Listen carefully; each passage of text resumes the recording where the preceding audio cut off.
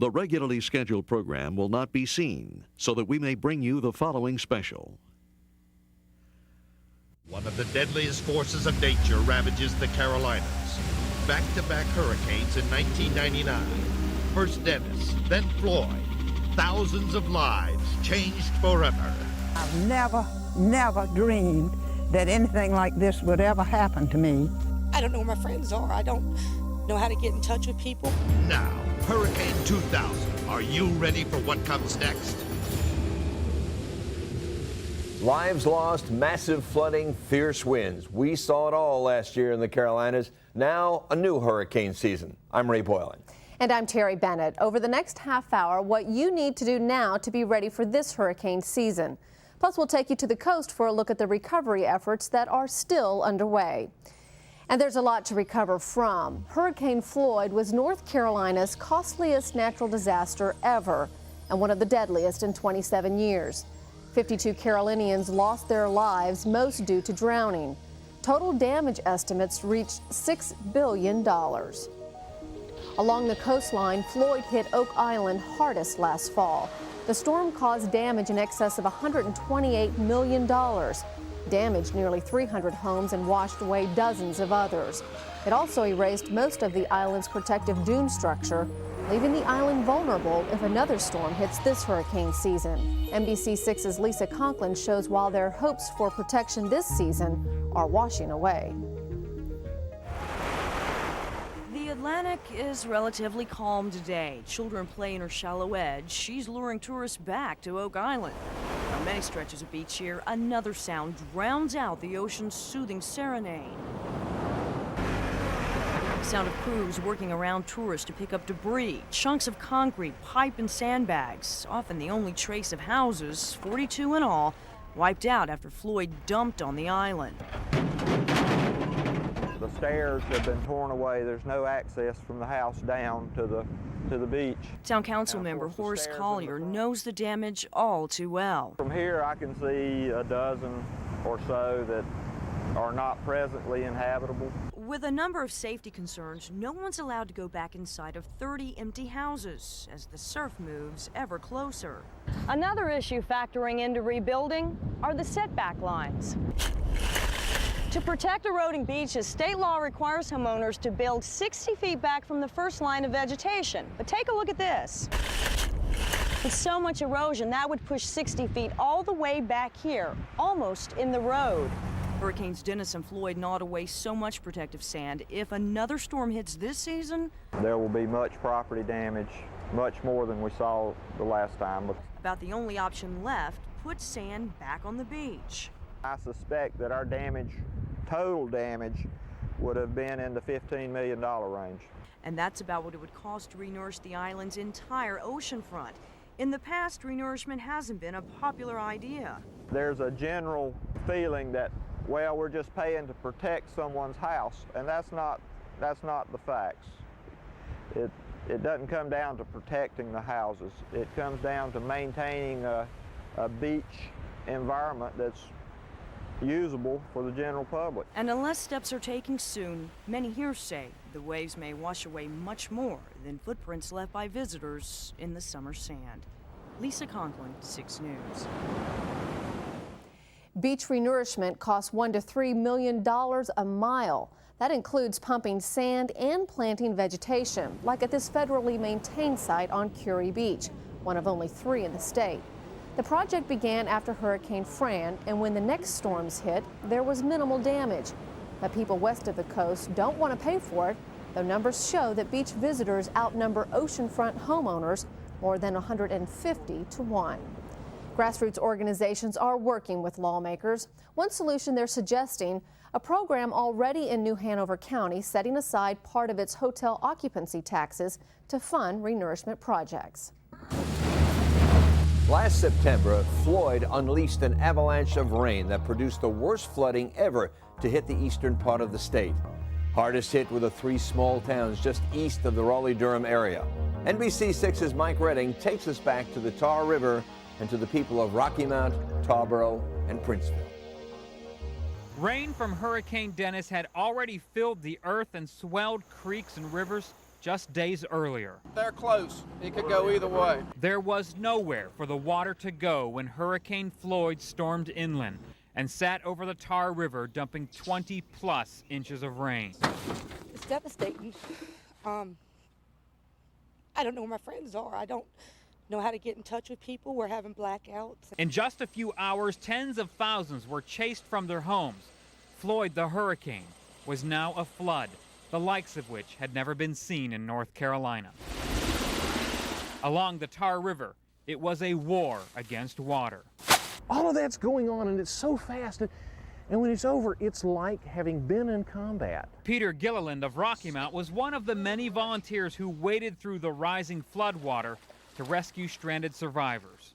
This has been the toughest 9 months of our lives for many of us. When the river finally returns to its banks, 35 people have drowned, 7,000 homes destroyed, more than 50,000 Carolinians homeless. Well, quite naturally, the amount of water that we had to deal with, that was a surprising element. In Tarboro, Edgecombe County Sheriff James Knight says there are some things you can never be totally prepared for. A 500-year flood is one of them. But now how great a massive a destruction it was going to be, we did not have an idea at that particular time.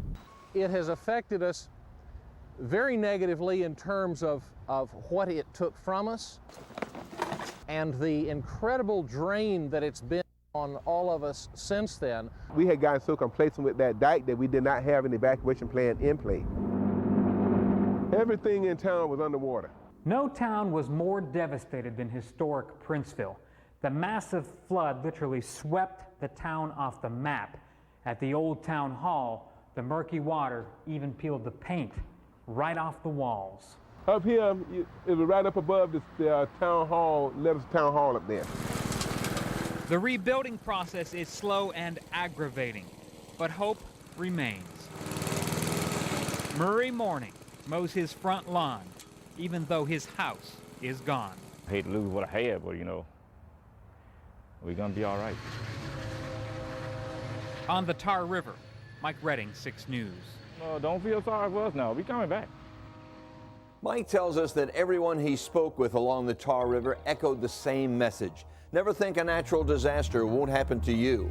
And take the time to plan evacuation routes out of your home and your neighborhood before a storm hits. We rank hurricanes using the Saffir-Simpson scale. The scale is meant to give officials in the path of the storm an idea of what to expect. A Category 1 storm is the lowest category with winds of 74 to 95 miles per hour. A Category 5 is the highest with winds above 155 miles per hour and catastrophic damage. NBC6's Larry Sprinkle goes inside a wind tunnel to show us the effects of high winds on people and structures. Terry, we're at the wind load testing facility here at Clemson University. There's a long tunnel with 2 big turbine engines at the end of that to provide the wind for the various experiments that go on inside here. I'm going to go inside it right now, put on the protective glasses, and I'm going to use an umbrella just to see what kind of effect the winds have on this umbrella.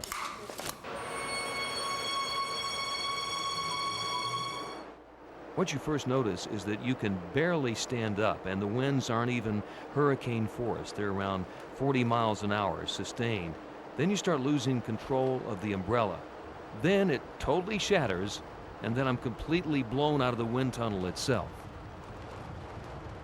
Clemson University has one of the nation's top laboratories for the study of wind effects on structures. Peter Sparks is a professor of civil engineering and is part of a team that has been conducting wind tunnel testing since Hurricane Hugo back in 1989. They've been doing numerous experiments to better understand how to design and build more hurricane-resistant homes, schools, and businesses. Short of cutting down every tree in your yard, it's a relatively simple process to hurricane-proof your home. Make sure that the shingles are attached properly and make sure the plywood is actually screwed down if they can get up on and do that. Then as you dig down into the structure, there are things like hurricane anchors to hold the roof on. But most of the problems in these very exposed areas are because plywood comes off, or more importantly, the shingles come off.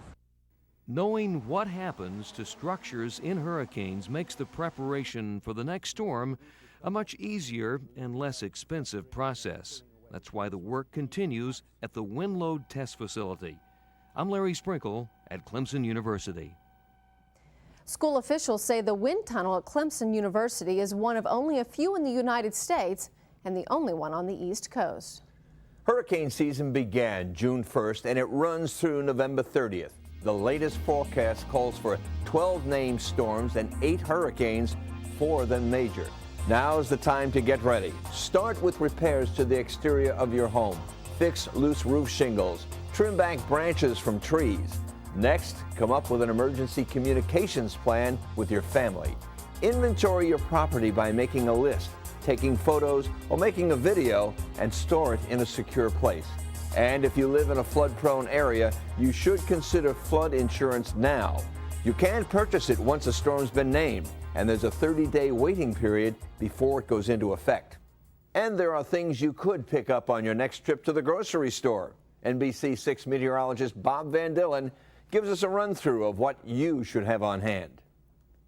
All right, we're at the food line right now. It's a couple days before a hurricane is supposed to hit, and we're trying to get supplies that'll last at least 3 days. Assuming the power is going to go out, you're going to need your batteries for not only your radios, but also for your flashlights. So make sure you get plenty of the batteries. Assuming the power goes out, your refrigerator is not going to work. So you're going to need non-perishable food items like soups, vegetables, and anything like that. And absolutely do not forget your non-electric can opener. One of the most important things you're going to need is at least 3 days worth of drinking supplies. So you're going to want to have all the bottled water that you could probably carry. And if you have a little baby, don't forget about him or her too. You're going to need all the baby food you can have for at least 3 days.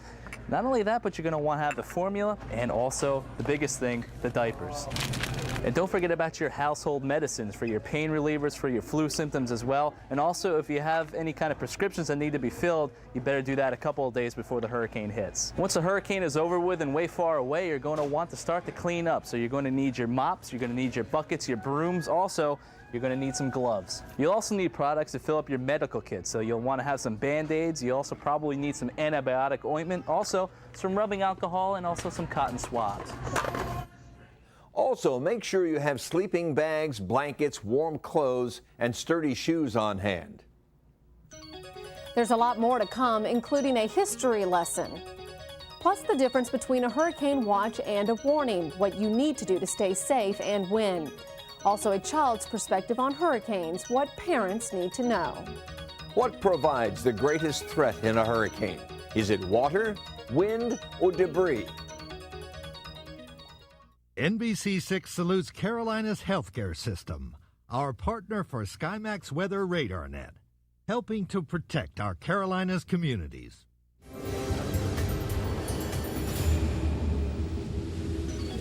Before the break, we asked what provides the greatest threat in a hurricane, water, wind, or debris. Water is the most powerful and unpredictable force in a hurricane. From the storm surge to inland flooding, water is responsible for the majority of hurricane-related fatalities. Charlotte, Western Carolina communities, and the mountains are not immune to hurricanes. That was proven 11 years ago with Hugo. In September 1989, part of the studio roof in NBC6's old building fell in while Larry Sprinkle was on the air. A lot of people are experiencing part of our ceiling just collapsed in here. This is a very serious system that is going through Charlotte right now. 750,000 people in Charlotte were without power for up to 3 weeks after Hugo hit. Many of us remember Hugo because the storm brought a hurricane's reality into our own backyards, far removed from the coast. But North Carolina has a long hurricane history, filled with chapters of storms hard to forget. When Hurricane Hazel roared ashore in October 1954, she wrote an unforgettable chapter, the only Category 4 storm to hit the North Carolina coast in the 20th century. Her 17-foot storm surge and 140-mile-an-hour winds didn't leave much for homeowners to clean up. Down at Long Beach, there were about 352 cottages on the island at that time. And after Hazel passed by, there were only 2 left.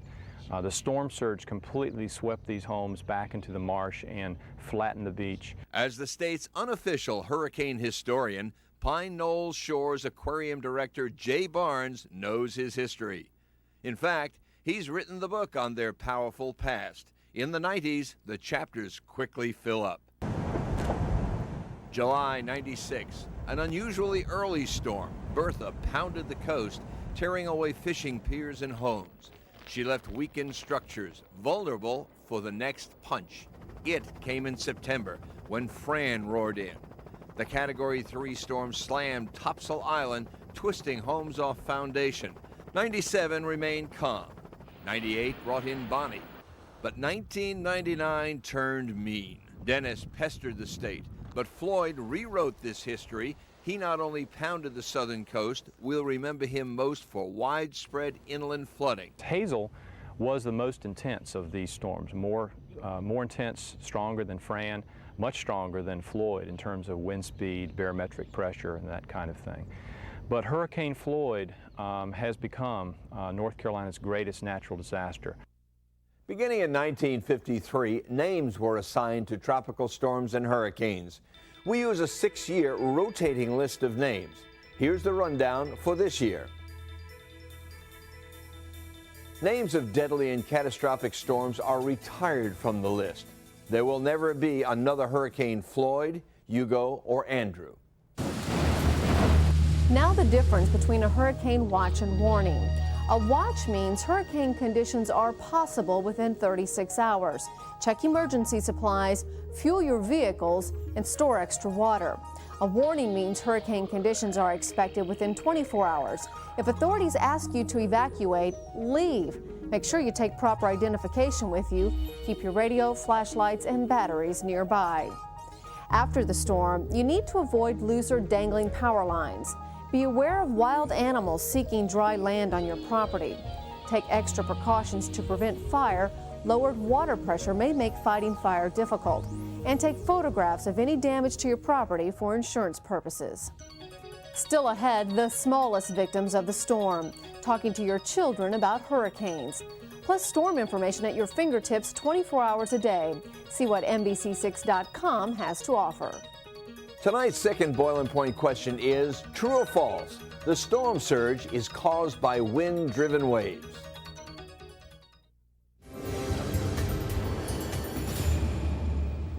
The answer to our second boiling point is false. The storm surge is not caused by wind-driven waves. It is a piling up of water along the coastline with waves on top of that surge. In the midst of preparing for a hurricane, it's important not to forget about the children in your home. They have fears and concerns just like the rest of us. I recently sat down with a group of children and a therapist. We talked about their fears and the best ways to calm them. So are you afraid of hurricanes? You are? Mm-hmm. Why are you afraid of them? Because they can kill you if you get really close to them and you might not have anywhere to go. I just don't want it to happen to me. What do you think will happen if a hurricane comes? It might knock over our house. Back in the fall when Hurricane Floyd was threatening Charlotte, was that a time when you got to tell any of your friends about being in Andrew? No, I've never told anybody that I've been in Andrew because to me it's just like all these memories come back and it just scares me. And you were talking about where as a little baby you hid in the house? I didn't actually hide in the dryer. You were put placed in... Yeah, my mom put me in the dryer because she's like, oh, okay, she's sleeping, she's not gonna feel anything, so I'm just gonna put her in there. So I was in there doing Andrew. I think it's really important for parents to remember that their behavior and how they approach the planning for the bad weather is the model that their kids look to on how they're going to respond. And so the kids are going to pick up on the parents' emotions, perhaps anxiety or fear. What do you want your parents to be telling you when a storm is coming? I would say that you're safe, you have a good home, and all you have to do is follow what we tell you to do. If there's a hurricane and you're really scared, you could just get a shoebox. You could put all your thoughts if you're scared about them. So you could think about good things instead of bad things about them. Think of something good and close your eyes. That's good advice, isn't it? it's important for the parents to put the emphasis on safety, having a mindset of this is a family project and planning for safety. And if you give them a project, which might be making sure the flashlights work, they then feel involved in a way that gives them a sense of control. What does an evacuation mean? Get out of your house now. It's like you're gonna be in trouble. If I were in that hurricane, I'm gonna run into the dryer. Therapists say once a storm passes, a parent's work isn't over yet. Some children will still have fears, and it's important for parents to talk with them about their fears and let them know that they're valid. After the break, storm tracking goes high-tech. Hear what NBC6.com can do to warn your family before the storm. Tonight's final boiling point. Do you remember what the highest winds were in Charlotte when Hurricane Hugo blew through?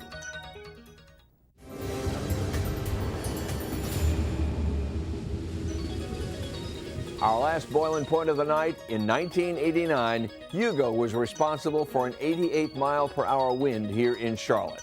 Nearly 80,000 trees were toppled in this area as the storm blew through. Once again this year, NBC6 is offering hurricane tracking charts. You'll find everything you need to know from preseason preparation to post-storm cleanup. And you can track all of the season's storms right along with us. The charts are free and available at all area Food Lion stores. Of course, when a hurricane threatens our area, you have access to the very latest information 24 hours a day. NBC6.com web journalist Amy Laytonen shows us the many features that you can find on NBC6.com. When you log on to NBC6.com, you'll find a wide variety of hurricane features. NBC6 teamed up with HurricaneTrack.com to provide you with the most current information on any hurricane or tropical storm. You'll also find everything from a history of notable hurricanes to how hurricanes work, and you can print a mini version of the NBC6 Hurricane Tracking Chart. And to go along with your hurricane tracking chart, NBC6.com will send you the coordinates needed to track the storm when you sign up for our e-News notifier system. Just fill out these fields and make sure to check hurricane tracking coordinates. If you're looking for more personalized weather alerts, you can sign up for My Weather, one of our newest features to the site. It automatically sends you severe weather information by email, pager, or cellular phone. Or a recorded message can be delivered right to your telephone. The NBC6.com Web Center is staffed 7 days a week in order to bring you the latest news and weather information. And of course, you can count on the SkyMax weather team throughout the hurricane season. We have the most experienced weather team and the latest technology to keep you ahead of the storm. We hope you've enjoyed this program and that you've learned something along the way. Thank you for joining us.